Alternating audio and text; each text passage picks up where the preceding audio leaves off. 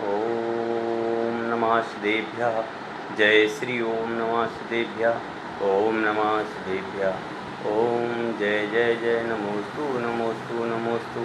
नमो अरिहन्ताणं नमो सिद्धाणं नमो आयर्याणं नमो वज्रायाणं नमो लोयेशव्यसाऊढं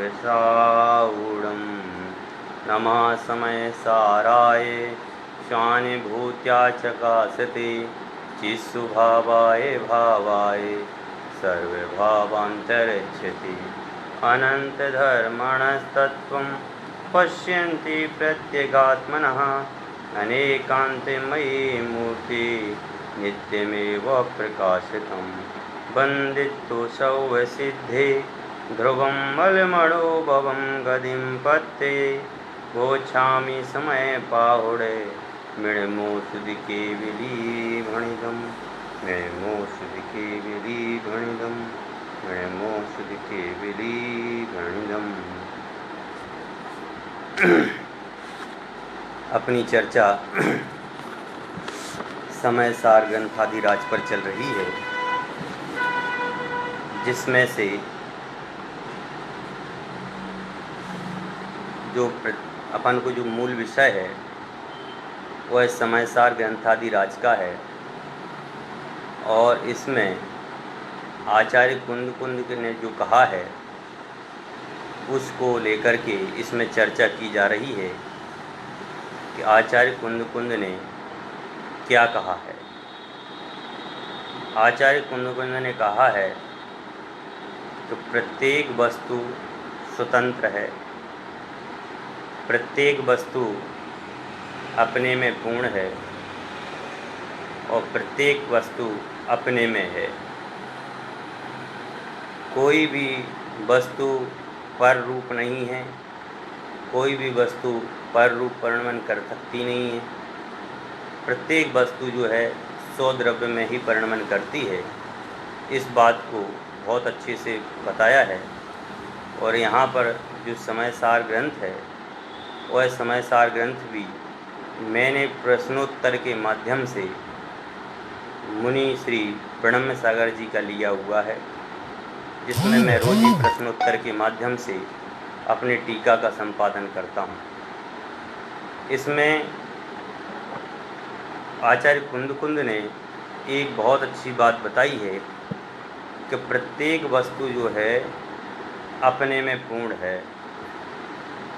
कोई भी वस्तु अपने स्वभाव से भिन्न नहीं है। प्रत्येक वस्तु जो है एकत्व विभक्त है। प्रत्येक वस्तु जो है एकत्व विभक्त है, वह अपने आप में परिपूर्ण है। आचार्य ने प्रत्येक गाथा में इस बात को वहाँ पर बताया है।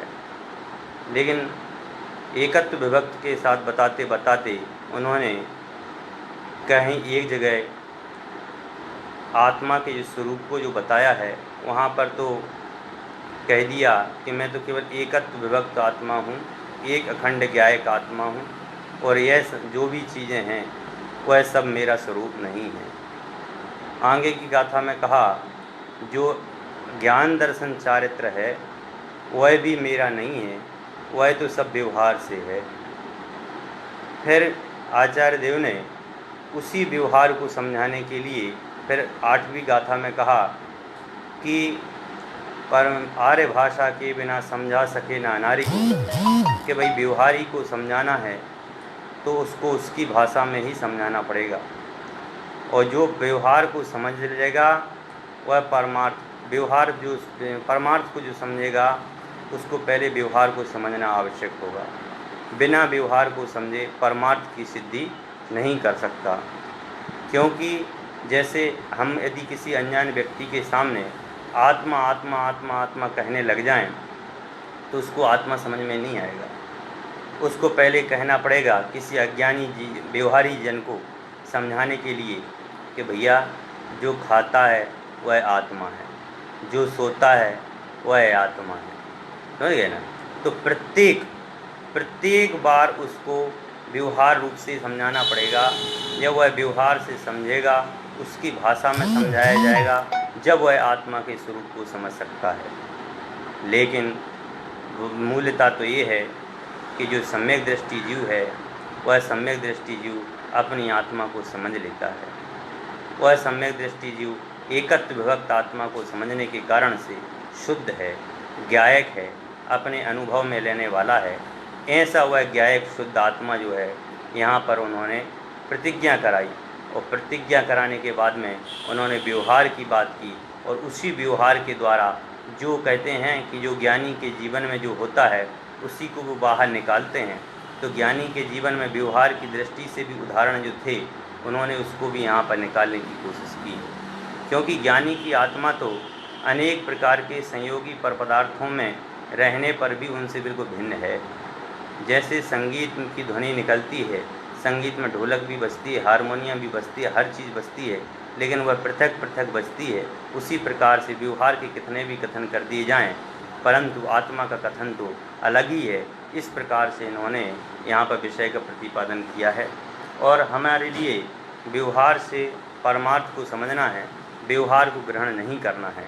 कल अपन ने इस संबंध में बहुत अच्छी चर्चाएं की थी और बहुत रूप से समझाने की कोशिश भी की थी कि भैया व्यवहार तो केवल समझने की चीज़ है, व्यवहार को धारण करने की चीज़ नहीं है। यह आचार्य कुंद ने बिल्कुल स्पष्ट शब्दों में कहा है।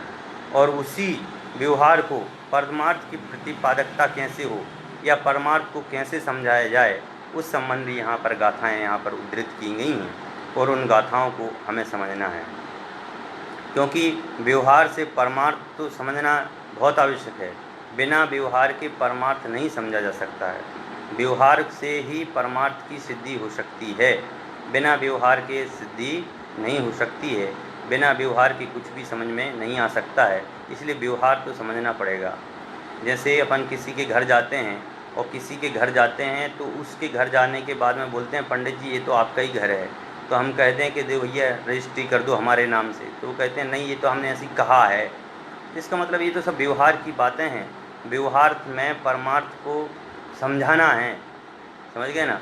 अब वो तो यहाँ पर प्रतिज्ञा कर रहे हैं, भई हम समझा रहे हैं, अब तुम्हें कितना छल ग्रहण करना है ये आपके ऊपर है, समझ गए ना। यहाँ कहा ना पीछे गाथा में कि भाई मैं आपको समझा तो सकता हूँ, परंतु उसमें छल ग्रहण नहीं करना, समझ में नहीं आए तो उसमें छल ग्रहण मत करना, ऐसा इस गाथा में पीछे कहा गया है। तो बात वही है कि भाई व्यवहार के द्वारा हम आपको समझाने की बात कर रहे हैं, लेकिन कहीं पर यदि समझ में नहीं आए तो उसमें छल ग्रहण मत कर लेना, ऐसा आचार्य देव हमारे लिए स्पष्ट शब्दों में कह रहे हैं। अब उसी गाथा को आगे करते हुए आज अपन 9वीं और 10वीं गाथा पढ़ेंगे, जिसमें कि व्यवहार और निश्चय दोनों का प्रतिपादन किया गया है। और जैसे ज्ञानी जन जो होते हैं वह ज्ञानी की भाषा में समझाता है, तो ज्ञानी अब जो हैं वह आचार्य कुंद हैं, और कुंद जब अपनी भाषा में समझाएंगे तो उनका उदाहरण भी थोड़ा सा कठिन लगेगा, क्योंकि अपना उदाहरण तो बहुत सरल होता है, समझ गए। हमें यदि इसलिए पहले गाथा में अपन चर्चा कर चुकी, जैसे अपन लोग समझाएंगे तो कुत्ता बिल्ली के उदाहरण देंगे, हमें शेर समझाना है तो हम आपको बिल्ली दिखाएंगे, लेकिन इसका मतलब ये थोड़ी है कि आप बिल्ली को ही शेर समझ जाएं। ऐसी भूल नहीं करना है। ऐसे ही हम व्यवहार तो समझाएंगे, परंतु व्यवहार से तो हम समझाएंगे और समझाना कर्तव्य है, ये आचार्य की जो कह रहे हैं। व्यवहार से समझाएंगे और समझना उसको, उसका छल ग्रहण मत कर लेना कि हम आपको समझाएं शेर और बिल्ली जैसा दिखाएं कि बिल्ली जैसा शेर होता है, लेकिन आप बिल्ली को ही शेर समझ लें, समझ गए। तो ऐसी गलती मत करना, इसलिए यहाँ पर वो बहुत अच्छे शब्दों में समझा रहे हैं। क्यों? क्योंकि वो ये कह रहे हैं कि जो चीज़ हम समझाना चाहते हैं आप उस चीज़ को समझना। मैं कहूँगा ये जो है किताब किसके ऊपर रखी है, समझ गए ना, आप कहोगे टेबल के ऊपर रखी है, समझ गए, तो ये गलत है। मैं आपको ये नहीं समझाना चाहता। एक किताब में है, इसको भी ये बात समझना है। कुर्सी पर टेबल पर लैपटॉप रखा हुआ है, और लैपटॉप को यदि हमें समझना है तो लैपटॉप को लैपटॉप में ही समझना पड़ेगा, आपको टेबल नहीं देखनी है। इसलिए कहा कि भैया व्यवहार का कथन जो है पर हमेशा परमार्थ के लिए किया जा रहा है, लेकिन व्यवहार से समझाया जा रहा है। केवल समझने के लिए व्यवहार है, उसको व्यवहार को ही सम्यक नहीं समझ लेना कि हम आपको समझा रहे हैं शेर और आप बिल्ली को देख करके ही बिल्ली दिखाई कि बिल्ली जैसा शेर होता है तो बस उसी को ही शेर समझने लग जाओ, ऐसी भूल मत करना। हम व्यवहार को समझा रहे हैं और आपको परमार्थ उसमें देखना है। व्यवहार को देखे बिना परमार्थ समझ में नहीं आएगा। समझ गए ना? मैंने आपसे कहा भैया जाओ मंदिर जाओ, समझ गए ना? अब मैंने व्यवहार में कहा था आपसे जाओ मंदिर, मंदिर आप गए और मंदिर से वापस लौट करके आ गए। मैंने मंदिर गए थे? आपने कहा हाँ गए थे। दर्शन किए कि नहीं? दर्शन नहीं किए। तो किस लिए गए मंदिर? ये व्यवहार का कथन है। घोड़े को पानी दिखा देना ये व्यवहार का कथन है। तो केवल घोड़े को ले जा करके नदी के किनारे से पानी दिखा देना, बस, पिलाना नहीं है भैया, ये व्यवहार का कथन है। व्यवहार का कथन समझाना बहुत कठिन है, बहुत ज़्यादा कठिन है व्यवहार का कथन समझाना। मैंने किसी से कहा रोटी बनाने में क्या कठिनाई है? हम तो रोज़ ही बनाते हैं, इसमें क्या कठिनाई है रोटी बनाने में? समझ गए? लेकिन हमें इस बात का अनुभव है कि रोटी ऐसी बनाई जाती है। लेकिन जिसको रोटी बनाना नहीं आता है, यदि हम उसको समझाने जाएंगे तो भी ज़रूरी नहीं कि वो समझे। हमने उसको कहा भैया आटा लगाओ। आटा लगाने के लिए मैंने कहा आटा में पानी डाल दिया करो, उसको थोड़ा सा हाथ से दबाया करो, आटा लग जाएगा। समझ गया? वो पूछेगा कितना आटा पानी डालना है? भाई पानी बराबर डालना है। अब आटा जैसे तैसे करके उसने लगा लिया। आटा लगाने के बाद हमने उसको कहा लोई बनाओ, गोल गोल उसने लोई भी बनाई। अब उसको कहा बेलो। अब बेला तो कहीं मोटा हो गया, कहीं पतला हो गया। अब मैं उसको कैसे समझाऊंगा? इसलिए व्यवहार समझाने के लिए है, समझ में आए या नहीं आए वो बात अलग है। इसलिए यहाँ पर भी आचार्य देव व्यवहार से समझा रहे हैं, और व्यवहार से समझ में आ रहा है तो ठीक है, नहीं आ रहा तो ठीक है। समझ गया? अब जिसने कभी शक्कर ज़िंदगी में देखी नहीं हो और हम उसको शक्कर की बात करें, समझ गए ना, तो उसको कैसे बताएंगे? बताओ। ऐसे ही कह रहे हैं भैया हम आपको आत्मा की बात बताना चाहते हैं, आपको आत्मा के स्वरूप की चर्चा कराना चाहते हैं, आपको आत्मज्ञान की बात कराना चाहते हैं, तो उसी के लिए कह रहे हैं व्यवहार को परमार्थ का प्रतिपादक बना कैसे है? व्यवहार जो है परमार्थ का प्रतिपादन कैसे करेगा? तो ऐसे ही करेगा भैया, हम आपको बताएंगे, समझाएंगे, आपको समझना है। आप व्यवहार को समझ जाओगे तो परमार्थ को अपने आप ग्रहण कर लेना। यदि व्यवहार को ही पकड़ कर बैठे रहे तो परमार्थ की कभी प्राप्ति नहीं होगी। हमने कहा मंदिर जाया करो, आप मंदिर तो गए लेकिन कभी दर्शन नहीं किए, और दर्शन नहीं किए आप वापस आ गए, तो आप मंदिर गए? नहीं गए। इसलिए भाई व्यवहार को समझो। व्यवहार को समझे बिना कोई भी कार्य सिद्ध नहीं होने वाला। यहाँ गाथा में कहते हैं, उसको मैं पढ़ता हूँ। जो ही सुदेण ही गच्छति अपाणिमिडं तु केवलं शुद्धं तं शुद्ध केवलिमिषिणो भड़न्ति लोगप्यदीवरयरा। कह रहे हैं, भावार्थ पढ़ता हूँ। श्रुति ज्ञान से जो जानते हैं शुद्ध केवल आत्मा, श्रुति केवली उनको कहें ऋषिगण प्रकाशक लोक के। कह रहे हैं श्रुत ज्ञान से जो जानते, श्रुत ज्ञान से जो जानते हैं शुद्ध केवल आत्मा। श्रुत ज्ञान के द्वारा जो केवल शुद्ध आत्मा को जानते हैं, समझ में आया ना?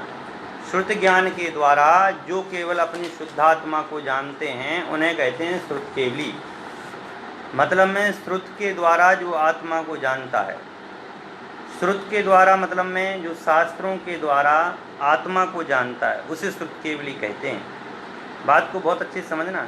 केवल शास्त्रों को, 1000 शास्त्रों को पढ़ लो, लाख शास्त्रों को पढ़ लो, यदि उसमें आपने आत्मा को नहीं जाना, समझ गए, तो आप श्रुत केवली नहीं हैं। क्यों? आप तो श्रुत केवली है ना, श्रुत केवली को बनना चाहते हैं ना, तो कह रहे हैं आपको अपनी आत्मा को जानना पड़ेगा। श्रुति ज्ञान से जो जानते हैं शुद्ध केवल आत्मा। अरे ग्रंथों को पढ़ करके, शास्त्रों को पढ़ करके, उनको परिचय में लेकर के आत्मा को जानना है। केवल शास्त्रों को बस जानते रहना नहीं है, समझ में आया ना? केवल शास्त्रों को जानने से कल्याण नहीं होगा, शास्त्रों को पढ़ने से कल्याण नहीं होगा, शास्त्रों को जान करके उनके अनुभवन करने से कल्याण होगा। श्रुत केवली किसे कहते हैं? जो श्रुत को किसके लिए जानते हैं? जो श्रुत के द्वारा आत्मा को जानते हैं, उन्हें श्रुत केवली कहते हैं। जो केवल शास्त्रों को जानते हैं, शास्त्रों को पढ़ते हैं, उनको श्रुत केवली नहीं कहते। श्रुत केवली तो तभी है जब आत्मा को जाने, बिना आत्मा को जाने वह श्रुत केवली नहीं है। मैंने किसी को काम से भेजा और कहा भैया काम करके आ जाइए। अब वो काम करने के लिए दिल्ली गया, बॉम्बे गया, और दिल्ली में जा कर के खूब घूमा फिरा, इधर उधर घूम फिर कर के आ गया। और आने के बाद में मैंने उससे पूछा भैया कहाँ गए थे? कहले हम तो दिल्ली गए थे। काम हो गया? कह नहीं काम नहीं हुआ। तो किस लिए दिल्ली गए थे? हैं भाई, आपसे कहा कि आपने भैया शास्त्रों को पढ़ा। हाँ पढ़ा। तो किस लिए पढ़ा? पढ़ लिया, पढ़ने के लिए पढ़ा है। भैया शास्त्रों को पढ़ा है तो आत्मकल्याण किया कि नहीं किया? केवल शास्त्रों को पढ़ लेने मात्र से सुत केवली पना नहीं आएगा। सुत केवली तो पना तो जब आएगा जब तुम उसको आत्म अनुभव में लोगे हैं। जो श्रुत के द्वारा आत्मा को जानता है उसे श्रुत केवली कहते हैं। जो केवल शास्त्रों को जानता है उसे श्रुत केवली नहीं कहते हैं। इस बात का बिल्कुल ध्यान में रखने की बात है, समझ गए। शास्त्रों को तो सब जानते हैं, लेकिन आत्मा को किसने जाना? जो आत्मा को जानता है उसे श्रुत केवली कहते हैं, जो शास्त्रों के माध्यम से आत्मा को जाने। श्रुत केवली उनको कहें ऋषिगण प्रकाश के लोक के, कि ऋषिगण जो हैं उनको ही श्रुत केवली कहते हैं, जो कि अपनी आत्मा को जानते हैं। शास्त्रों के माध्यम से जो अपनी आत्मा को जानते हैं। मैंने दिल्ली भेजा है तो काम करके जो आएगा उसको मैं अच्छा मानूंगा। और मैं तो ये कहता हूँ कि मैंने कहा कि भैया दिल्ली जा कर के काम करके आना है, तो उसने यहीं फ़ोन पर बैठे बैठे ही काम कर लिया, वो बहुत बड़ा है, समझ गए ना। इसलिए प्रयोजन देखना है कि भाई घर पर बैठे बैठे हमारा प्रयोजन पूरा हो गया कि नहीं हुआ। दिल्ली नहीं जाना पड़ा और काम हो गया, इससे बड़ी खुशी की बात क्या हो सकती है? भाई शास्त्रों को नहीं पढ़ा और आत्मा को पढ़ लिया, सो ही केवल ज्ञान हो गया, समझ गए ना। ऐसे कितने दृष्टांत हैं अपने वर्तमान योग में हैं कि जो कि काखा गाघा नहीं जानते थे तो समास भिन्ना इतना कहने मात्र से उनको मुक्ति की प्राप्ति हो गई। सोचिए हैं, केवल शास्त्रों को पढ़ने मात्र से कुछ नहीं होगा। इसलिए कहा है कि देखो आगे की गाथा पढ़ता हूँ। जो सुदृणाणम सौभम जानदि सुद केवलिम तमाहुजिणा सुदृणाण माद सौभम जम्हा सुद केवली तम्हा। जो सर्वश्रुति को जानते उनको कहें श्रुत केवली। सब ज्ञान ही है आत्मा बस इसलिए श्रुत केवली। कि जो समस्त शुद्ध ज्ञान को जानता है उसे जिनदेव श्रुत केवली कहते हैं, क्योंकि ज्ञान सब आत्मा ही है, समझ गए ना। इसलिए कहा ये जो ज्ञान है वह ज्ञान आत्मा ही है। अब यहाँ पर बहुत ध्यान रखने की आवश्यकता है। ज्ञान आत्मा ही है, लेकिन जानते हैं वह ज्ञान आत्मा ही है, किताब में है, और उसको केवल पढ़ लेने मात्र से आत्मा का कल्याण नहीं होगा। उसको जानने से आत्मा का कल्याण होगा, उसको अनुभव करने से आत्मा का कल्याण होगा। इसलिए कहा सब ज्ञान ही है आत्मा बस इसलिए श्रुत केवली। कि भैया जो भी ज्ञान है वह ज्ञान ही आत्मा है और आत्मा ही श्रुत केवली हैं। कौन से? जो सर्वश्रुत को जानते हैं, जो पूरे द्वादशांग को जानते हैं उनको श्रुत केवली कहते हैं। और उनकी जो ज्ञान है वह उसी ज्ञान को ही श्रुत केवली यहाँ पर कहा गया है। इसलिए कहा भी है कि भैया देखो दो दोस्त हैं, एक प्लेटफॉर्म पर खड़ा है और एक जाकर के ट्रेन में बैठ गया। एक कहाँ खड़ा है? एक खड़ा है प्लेटफॉर्म पर, और एक जाकर के कहाँ बैठ गया है? एक जाकर ट्रेन में बैठ गया है। अब एक प्लेटफॉर्म पर जो चल रहा है, ठीक है ना, और एक जाकर के अपनी बर्थ पे बैठ कर के सो गया है। अब अपन क्या कहेंगे कि कौन चल रहा है? ऐसे भैया आत्मा को जानना श्रुत केवली और नहीं जानना तो श्रुत केवली नहीं है। समझ गए ना कि ट्रेन में चलना, बर्थ पे सो जाना भले, लेकिन ट्रेन में चलना है। प्लेटफॉर्म पे खड़े रहना चलना नहीं है। उसी प्रकार से आत्मा को जानने वाला जो है वो तो है शुद्ध केवली, और नहीं जानने वाला जो है वह शुद्ध केवली नहीं है। समझ में आया ना बात? कि जो प्लेटफॉर्म पर खड़ा है वह तो कैसा है कि शुद्ध केवली है। समझ गए? जो प्लेटफॉर्म पर खड़ा है वह तो शुद्ध केवली नहीं है, क्योंकि वह तो जान ही नहीं रहा, चल ही नहीं रहा है। खड़ा है वहाँ, आप कहोगे प्लेटफॉर्म पर चल तो रहा है, वो चलना नहीं है।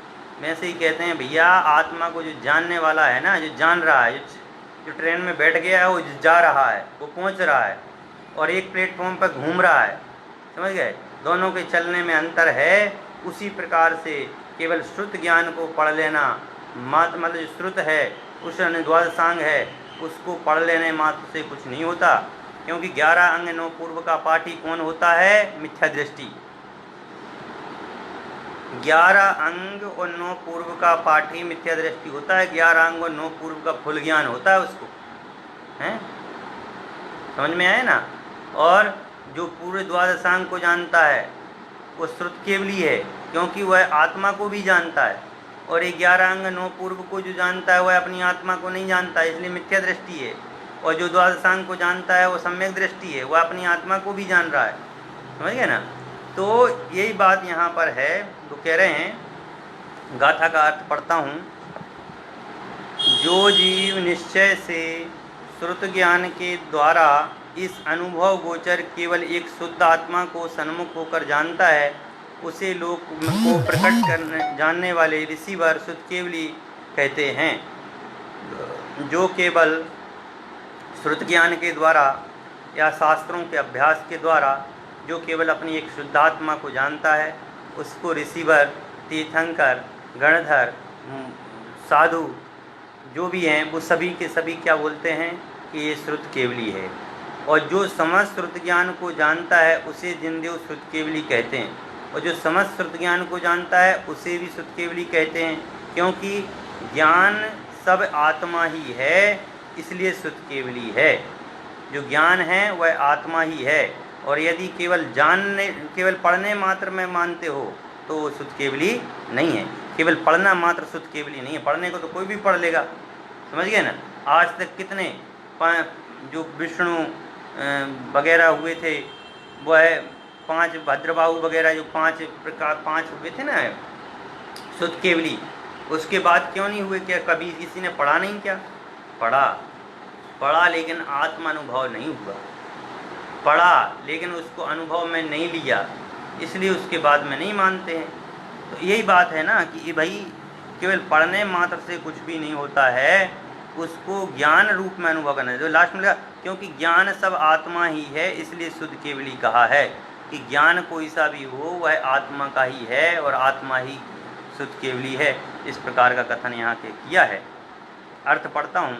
जो द्वादशांग शुद्ध ज्ञान के द्वारा केवल अपनी शुद्धात्मा को अपने अनुभव में लाता है, उसे सर्वज्ञ भगवान निश्चय शुद्ध केवली कहते हैं। कि जो श्रुत ज्ञान के द्वारा अन्य संपूर्ण शास्त्रों को पढ़ करके अपने आत्मा में ज्ञान को लाते हैं, उन्हें निश्चय शुद्ध केवली कहते हैं। और उसी श्रुत ज्ञान के द्वारा जो संपूर्ण पदार्थों को जानता है और उसी श्रुत ज्ञान के द्वारा जो संपूर्ण विषयों को जानता है, उसे जिनेंद्र भगवान द्रव्य केवली कहते हैं। उसको व्यवहार केवली कहते हैं, क्योंकि वह व्यवहार से जान रहा है। व्यक्ति एक ही है। समझ गए ना? अपनी आत्मा को जानते समय वह निश्चय शुद्ध केवली है और व्यवहार की बात करते समय वह व्यवहार शुद्ध केवली है। व्यक्ति एक ही है। समझ गए ना? जब वह अपनी एक आत्मा को जानता है तो निश्चय शुद्ध केवली कहलाता है, और जब वह अपनी आत्मा को जानने के साथ में बाह्य पर पदार्थों को जानता है या पूरे द्वादशांग को पढ़ता है या द्वादशांग का अनुभव करता है या उसका उपदेश देता है, उस समय उसको द्रव्य शुद्ध केवली कहते हैं व्यवहार की दृष्टि से। जब जो क्रिया वह कर रहा है उस समय की दृष्टि से वह द्रव्य श्रुत केवली है, और जब वह अपने आत्मा का चिंतन कर रहा है उस समय वह निश्चय शुद्ध केवली है। इसलिए व्यवहार शुद्ध केवली और निश्चय शुद्ध केवली का अंतर है।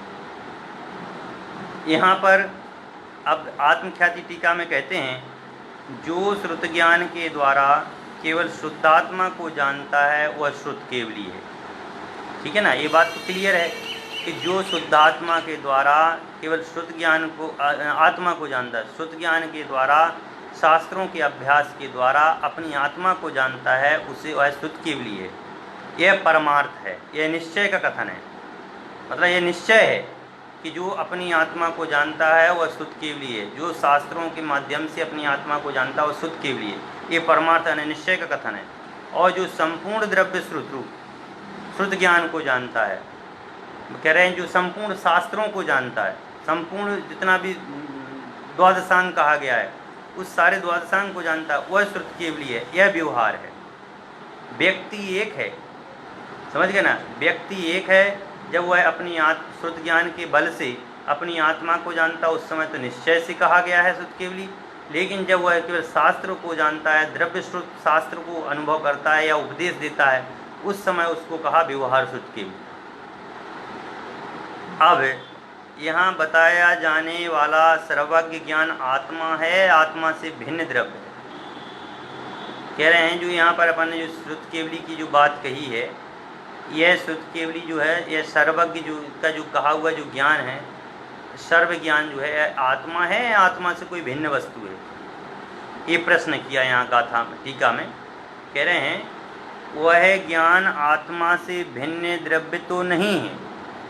भाई जो शास्त्रों में जो लिखा है वह ज्ञान जो कह रहे हैं वह आत्मा से भिन्न तो नहीं है, क्योंकि सभी के सभी आत्मद्रव्य से भिन्न 5 प्रकार के अचेतन द्रव्यों के ज्ञान के साथ अभेद घटित नहीं होता है। जितने प्रकार के 5 प्रकार के जो अचेतन द्रव्य कहे हैं, उन अचेतन द्रव्य से ज्ञान का अभेदपना तो घटित नहीं होता है। उस कारण से अन्य उपाय का सद्भाव ना होने से ज्ञान आत्मा है यह पक्ष सिद्ध हो जाता है कि भाई जो ज्ञान की बात कह रहे हैं वह ज्ञान ही आत्मा है, यह बात सिद्ध हो जाती है। इससे भाव श्रुत ज्ञान भी आत्मरूप ही होगा, और जो इसके द्वारा जो तुमने जो जाना है इसके द्वारा जो भाव बनेंगे वह भाव श्रुत ज्ञान भी कह रहे आत्मा का रूप ही होगा। ऐसा होने पर जो आत्मा को अनुभव करता है वह श्रुत केवली, यह अभिप्राय सिद्ध हो जाता है। और परमार्थ ये इस प्रकार ज्ञान और ज्ञानी के भेद से कथन करने वाले व्यवहार न्याय के द्वारा भी सिर्फ परमार्थ का ही प्रतिपादन किया जाता है। कह रहे व्यवहार के द्वारा भी परमात्मा पद की परमार्थ का कथन किया जाता है कि शास्त्र जो हैं वह शास्त्र ज्ञान है, और ज्ञान जो है वह आत्मा है, और आत्मा ही शुद्ध केवली है। समझिए, और उससे भिन्न कोई शुद्ध केवली है नहीं है। तो व्यवहार की दृष्टि से तो शास्त्रों के अध्ययन को लिया, लेकिन निश्चय की दृष्टि से केवल आत्मा को लिया, किंचित भी अतिरिक्त का प्रतिपादन नहीं किया जाता है। अब जो श्रुत के द्वारा केवल शुद्ध आत्मा को जानता है, कह रहे हैं जो श्रुत है उस श्रुत के द्वारा केवल शुद्धात्मा को जानता है वह शुद्ध केवली। इस प्रकार का जो है वह परमार्थ का प्रतिपादन है, और जो संपूर्ण श्रुत को जानता है वह शुद्ध केवली, यह व्यवहार का प्रतिपादक होने से सिद्ध है। भाई दोनों चीज़ें सिद्ध हैं कि भाई व्यवहार का प्रतिपादन, मतलब जब शास्त्रों को पढ़ते हैं उस समय व्यवहार से शुद्ध केवली कहते हैं, और लेकिन जब अपनी आत्मा को जानता है तो इसको निश्चय से शुद्ध केवली कहते हैं। अब उसी बात को टीका में कहते हैं,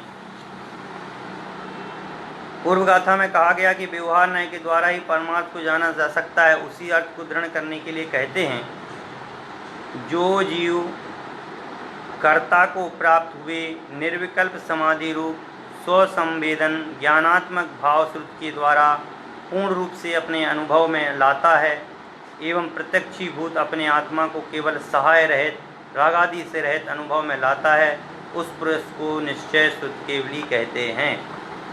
कि जो भाव श्रुत को, मतलब जो आत्मा का जो ज्ञान है उस ज्ञान को बस जो विषय बनाता है और रागादि पर्यायों से जो भिन्न अनुभव करता है, उसको तो उस पुरुष को तो निश्चय शुद्ध केवलीपना कहा, तो उसके तो वह निश्चय शुद्ध केवली है।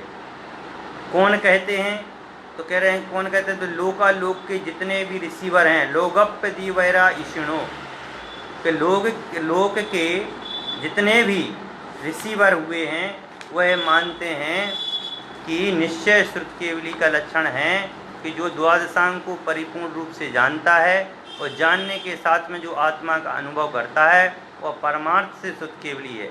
लेकिन जो शास्त्रों को जानता है और शास्त्रों का अनुभव भी करता है वह व्यवहार से शुद्ध केवली है। और केवल जो आत्मा को जानता है वह परमार्थ शुद्ध केवली है, और जो शास्त्रों को जान करके आत्मा को जानता है वह व्यवहार से शुद्ध केवली कहा गया है। इसका अभिप्राय यह हुआ कि जो भाव श्रुत रूप स्वसंवेदन ज्ञान के द्वारा केवल अपनी आत्मा को जानता है वह निश्चय शुद्ध केवली है, किंतु जो अपनी शुद्ध आत्मा का अनुभव तो नहीं कर रहा है, ना उसकी भावना कर रहा है, केवल बहिर्विषयक द्रव्य दृष्टि के विषयभूत पदार्थों को जानता है, वह व्यवहार शुद्ध केवली जानना चाहिए। इस प्रकार यहाँ प्रश्न भी किया है, स्वसंवेदन ज्ञान के बल से इस काल में भी शुद्ध केवली हो सकता है, ऐसा समझना चाहिए क्या? भैया कह रहे हैं कि यदि शुद्ध ज्ञान के बल से, स्वसंवेदन ज्ञान के बल से इस काल में भी शुद्ध केवली हो सकते हैं क्या, ये प्रश्न है। इसका समाधान यह है कि नहीं हो सकता, क्योंकि शुक्ल ध्यानात्मक स्वसंवेदन ज्ञान पूर्व पुरुषों को होता था, क्योंकि पहले जो होता था वह निर्मल ध्यान होता था उनका, शुक्ल ध्यान। उस शुक्ल ध्यान के स्वसंवेदन पूर्वक होता था, वैसा इस समय नहीं होता। किंतु इस समय तो यथायुग धर्म ध्यान होता है, धर्म ध्यान के युग होता है, इसलिए निश्चय और व्यवहार का शुद्ध केवली का व्याख्यान करने वाली दोनों गाथाओं के द्वारा तृतीय स्थल भी पूर्ण हुआ। अब है प्रश्न, व्यवहार नए परमार्थ का प्रतिपादक कैसे है? कह रहे हैं व्यवहार जो है वह परमार्थ का प्रतिपादक कैसे हो सकता है? कह रहे हैं व्यवहार नए के विषयभूत द्वादशांग के ज्ञान के बिना शुद्ध केवली भी परमार्थभूत आत्मा का अनुभव नहीं कर पाते हैं, इसलिए व्यवहार परमार्थ का प्रतिपादक कहा गया है। कह रहे हैं कि आत्म कल्याण करने के लिए, आत्मा के स्वरूप को जानने के लिए द्वादशांग का ज्ञान होना आवश्यक है। बिना द्वादशांग के ज्ञान के आत्मा का अनुभव नहीं कर सकते हैं, इसलिए व्यवहार का जो है वह द्वादशांग रूप जो ज्ञान है या भावश्रुत जो रूप जो ज्ञान है वह ज्ञान होना आवश्यक है। उस ज्ञान के बिना हम आत्मा को नहीं जान सकते हैं, इसलिए कहा व्यवहार के बिना परमार्थ को नहीं जान सकते। शुद्ध केवली किन्हें कहते हैं? जो ज्ञानावरण के 6 उपसम विशेष से, समझ गए, 12 अंगों को पूर्ण रूप से अवधारण कर लेते हैं, जो द्वादशांग को जानते अनुभव करते हैं उन्हें शुद्ध केवली कहते हैं। और व्यवहार शुद्ध केवली जो संपूर्ण शुद्ध ज्ञान के द्वारा अर्थात द्वादशांग को वे सब जानते हैं तब तक वे केवली कहलाते हैं। केवल जब तक वो आत्मा को नहीं जानते हैं और द्वादशांग को केवल जानते हैं, जब तक वह व्यवहार से कहलाते हैं। निश्चय शुद्ध केवली कब कहलाते हैं? जिस समय वे द्वादशांग रूप शुद्ध ज्ञान से उपयोग हटाकर केवल अपनी आत्मा को जानते हैं। जब वह द्वादशांग रूप जो भेद प्रभेद हुए थे, 12 अंग उपांग इत्यादि की जो चर्चा की थी, कह रहे हैं जब उनसे भेद हट जाता है और केवल एक आत्मा की ओर भेद लग जाता है, जैसे अपन पढ़ रहे हैं और पढ़ते पढ़ते जब हम केवल अपनी आत्मा में चले जाते हैं, तो पढ़ते पढ़ते आत्मा में चले जाना उसका नाम है निश्चय शुद्ध केवली, और पढ़ते रहना या पढ़ते पढ़ते अनुभव करना इसका नाम है व्यवहार शुद्ध केवली। निश्चय शुद्ध केवली आत्मा को जानते मात्र हैं या अनुभव करते हैं? भाई जो जानते हैं वही तो अनुभव करेंगे। कह रहे हैं आत्मा को जानना मात्र तो द्वादशांग का ज्ञान होने पर भी होता है। आत्मा को जानना मात्र तो द्वादशांग का ज्ञान होने पर भी होता है, इसलिए आत्मा को जानने वाले निश्चय शुद्ध केवली। इस कथन का अर्थ यही है कि जो करणभूत निर्विकल्प समाधि के द्वारा स्वसंवेदन ज्ञान रूप भाव शुद्ध ज्ञान से प्रत्यक्षीभूत आत्मा का अनुभव करते हैं वे निश्चय शुद्ध केवली हैं। कह रहे हैं जो केवल अपनी स्वसंवेदन से अपनी आत्मा को जानते हैं उनको निश्चय शुद्ध केवली कहते हैं। क्या श्रावक व असंयत सम्यक दृष्टि निश्चय शुद्ध केवली हो सकते हैं? समझ गए? कह रहे नहीं, कदापि नहीं। जिन्हें अंग पूर्व ज्ञान श्रुत ज्ञान भेद रत्नात्रय की प्रणति होना संभव नहीं है, वे जब व्यवहार शुद्ध केवली भी नहीं कहे जा सकते। निश्चय शुद्ध केवली कैसे हो सकता है? नहीं हो सकती। कह रहे हैं कि जिनको व्यवहार रूप से ही ज्ञान नहीं है, आत्मा का भेद रूप ज्ञान नहीं है, उनको कहाँ से शुद्ध केवली कहा जा सकता है? क्या द्रव्यलिंगी मुनि व्यवहार शुद्ध केवली हो सकते हैं? जो द्रव्यलिंगी जो मुनि हैं, कह रहे क्या उनको शुद्ध केवली कह सकते हैं? नहीं। द्रव्यलिंगी मुनि को भी द्वादशांग का ज्ञान नहीं होता, उन्हें मात्र 12-11 अंग तक का ज्ञान होता है, इसलिए व्यवहार शुद्ध केवली नहीं कह सकते, उनको व्यवहार शुद्ध केवली भी नहीं कह सकते। तो क्या गणधर आदि परमेष्टि भी द्रव्य शुद्ध की रचना और व्याख्यान के समय व्यवहार शुद्ध केवली हैं? हाँ, शुद्ध अनुभूति के काल में तो उनको निश्चय सम्यक दृष्टि कहते हैं, मतलब निश्चय शुद्ध केवली कहते हैं, और जब शास्त्रों का अभ्यास करते हैं या सुनाते हैं उसको व्यवहार शुद्ध केवली कहते हैं। क्या वर्तमान में शुद्ध केवली होते हैं? नहीं होते हैं। भगवान महावीर के निर्माण के बाद 5 शुद्ध केवली आचार्य हुए हैं, उसमें अंतिम शुद्ध केवली भद्रबाहु स्वामी हैं, उनके बाद कोई शुद्ध केवली नहीं हुई। स्वयं श्री कुंदाचार्य आदि भी शुद्ध केवली नहीं है, समझ गए ना? कह रहे हैं उसके बाद में कुंद आदि हुए हैं, कह रहे वो भी शुद्ध केवली नहीं है। तो फिर प्रश्न किया, तो फिर शुद्धात्मा को जानता है, अनुभव करता हुआ निश्चित शुद्ध केवली है, इसका अर्थ क्या हुआ? कह रहे हैं कि जो आत्मा का अनुभवन आज भी निर्विकल्प समाधि के द्वारा करते हैं, उनको भाव श्रुत ज्ञान से स्वसंवेदन ज्ञान के बल से निश्चय शुद्ध केवली कहते हैं। तब तो स्वसंवेदन ज्ञान के बल से पंचम काल में भी शुद्ध केवली होते हुए ऐसा माना जाए? ऐसा नहीं है। जैसा पूर्व पुरुषों को शुक्ल ध्यान रूप संवेदन ज्ञान होता था, वैसा इस समय नहीं है, किंतु धर्म ध्यान के योग्य होता है। धर्म ध्यान के योग्य तो असंयत सम्यक दृष्टि आदि भी होता है। कह रहे नहीं, उस समय धर्म ध्यान को यहाँ निश्चय शुद्ध केवली के रूप में नहीं लिया। धर्म ध्यान भी मुक्तता से तभी कहा जाता है जब मुनि आत्म ध्यान में स्थित होता है। जब तक वह आत्म ध्यान में स्थित नहीं होगा तो उसको किस प्रकार से कहा जाएगा? आचार्य कुंद ने अष्टपावड़ में तो कहा भी है, भरे दुसुम काले धम्मझाड़म हवे साहुस्य तम अपसहाठिदे राहु मण्डई सोदु अन्नाणी। इस भरत क्षेत्र में दुखम काल में यानी पंचम काल में भी साधु धर्म ध्यान होता है। कह रहे हैं इस पंचम काल के में भी जो ज्ञानी पुरुष हैं उनके धर्म ध्यान होता है। वह भी आत्मा स्वभाव में स्थित साधु के होता है, जो आत्मा स्वभाव में लीन होता है, जो साधु उसके होता है। जो ऐसा नहीं मानता वह अज्ञानी है, समझ गए? इस काल में भी धर्म ध्यान होता है, और जो ऐसा नहीं मानते हैं उसके लिए उन्होंने कहा कि वो अज्ञानी है। इन दो गाथाओं का क्या प्रयोजन है? इन दो गाथाओं से क्या बताना चाहते हैं? मतलब क्या है, हमें समझ में नहीं आया इस गाथा में दो क्या कहना चाहते हैं। तो कह रहे हैं द्रव्य श्रुत ज्ञान से अपने उपयोग को हटाकर भाव श्रुत ज्ञान में लगाना, यानी आत्मा का अनुभवन करना। कि द्रव्य श्रुत ज्ञान से मतलब मैं शास्त्रों को छोड़ करके, शास्त्रों के चिंतन को छोड़ करके आत्मा के चिंतन में लगाना, ये आत्मा का अनुभवन करना, समझ गए ना? इसको कहते हैं निश्चय शुद्ध केवली। और केवल शास्त्रों को पढ़ना और उसका उपदेश देना, इसका नाम है व्यवहार शुद्ध केवली। यह बात है।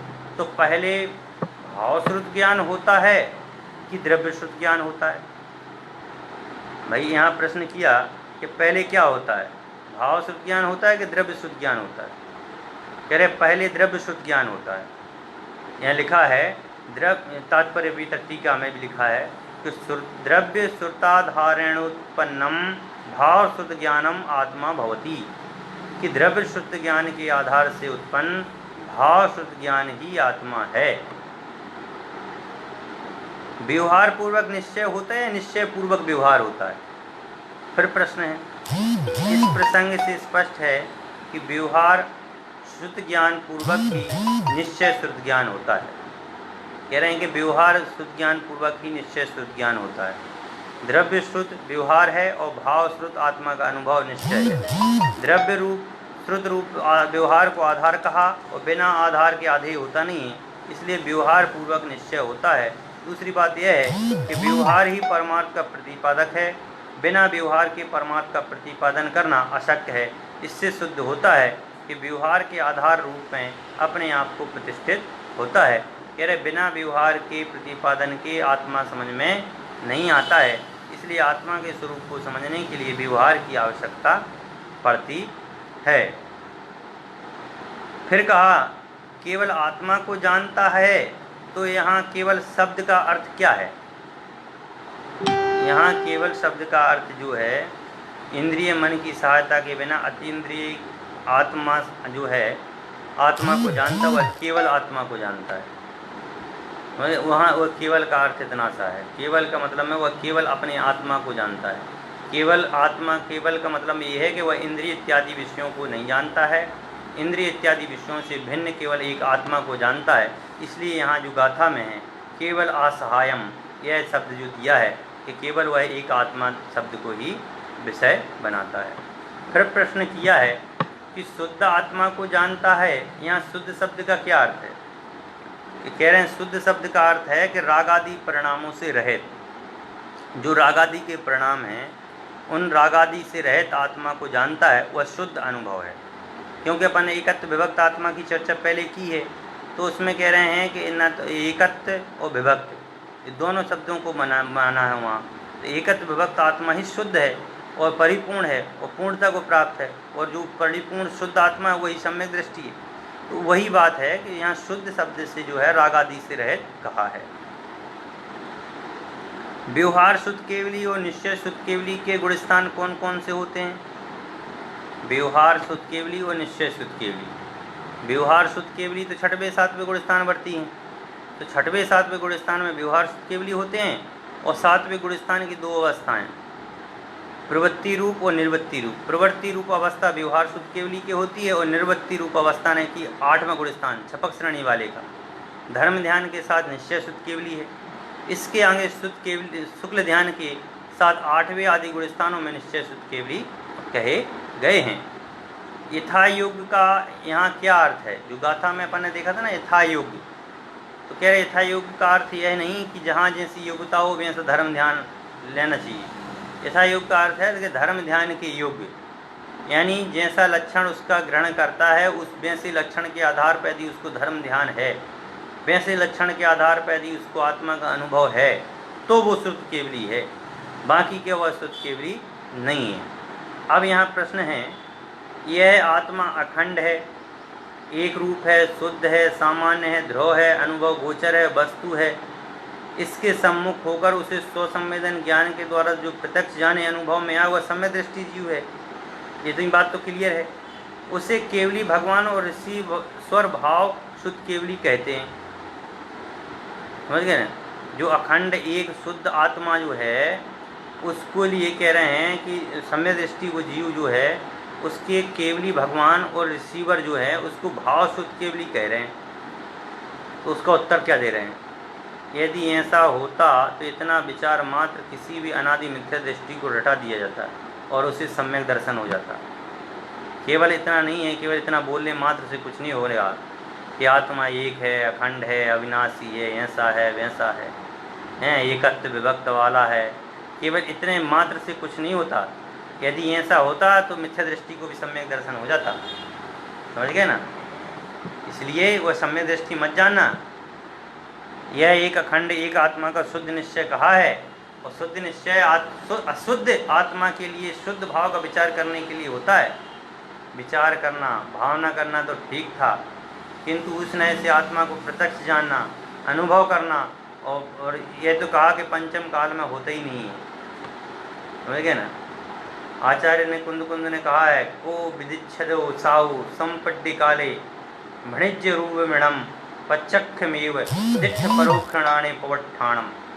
कि कौन समझदार साधु यह कह सकता है कि आत्म तत्व वर्तमान काल में इस छद्मस्त के प्रत्यक्ष हो जाता है, क्योंकि इसका साक्षात्कार तो केवल ज्ञान में ही होता है, परंतु परोक्ष मानसिक ज्ञान के द्वारा और छद्मस्त ज्ञान से भी जान लिया जाता है। देखो, आचार्य कहते हैं कि कोई समझदार साधु, ज्ञानवान साधु इस तरह से नहीं कर सकता कि आत्मा को प्रत्यक्ष जाने, अनुभवे, वही सम्यक दृष्टि जीव है।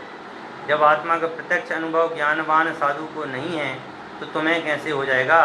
इससे स्पष्ट है कि आत्मा को प्रत्यक्ष दिखाने वाला खुद स्वयं न साधु है न समझदार है, और इस आत्मा को प्रत्यक्ष जाने, अनुभव जाने वही सम्यक दृष्टि है। कह रहे सम्यक दृष्टि की परिभाषा ही ये है कि जो आत्मा का अनुभव जो है प्रत्यक्ष रूप से अनुभवन में करे, केवल आत्मा कहने मात्र से या केवल बोलने मात्र से वह सम्यक दृष्टिपना नहीं आता है। इसलिए भैया सम्यक दर्शन जो है और सम्यक दर्शन तो एकत्र विभक्त आत्मा के ही होता है, शुद्ध रूप में ही होता है। इस प्रकार से यहाँ शुद्ध रूप की चर्चा अपन ने की है। इसके बाद अपनी जो है कल अपन 11वीं गाथा का अपन यहाँ से भाव चालू करेंगे। 11वीं गाथा को समझने की बात करेंगे, उसको अपन एक बार पढ़ लेते हैं।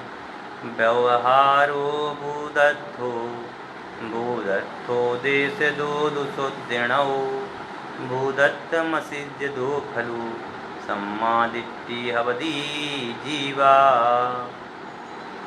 इस प्रकार से आज अपन ने चर्चा की है। कल अपन जो चर्चा है वह 11वीं गाथा की करेंगे और 11वीं गाथा के स्वरूप को समझने की कोशिश करेंगे। इसी भावना के साथ में 9 बार नवोकार में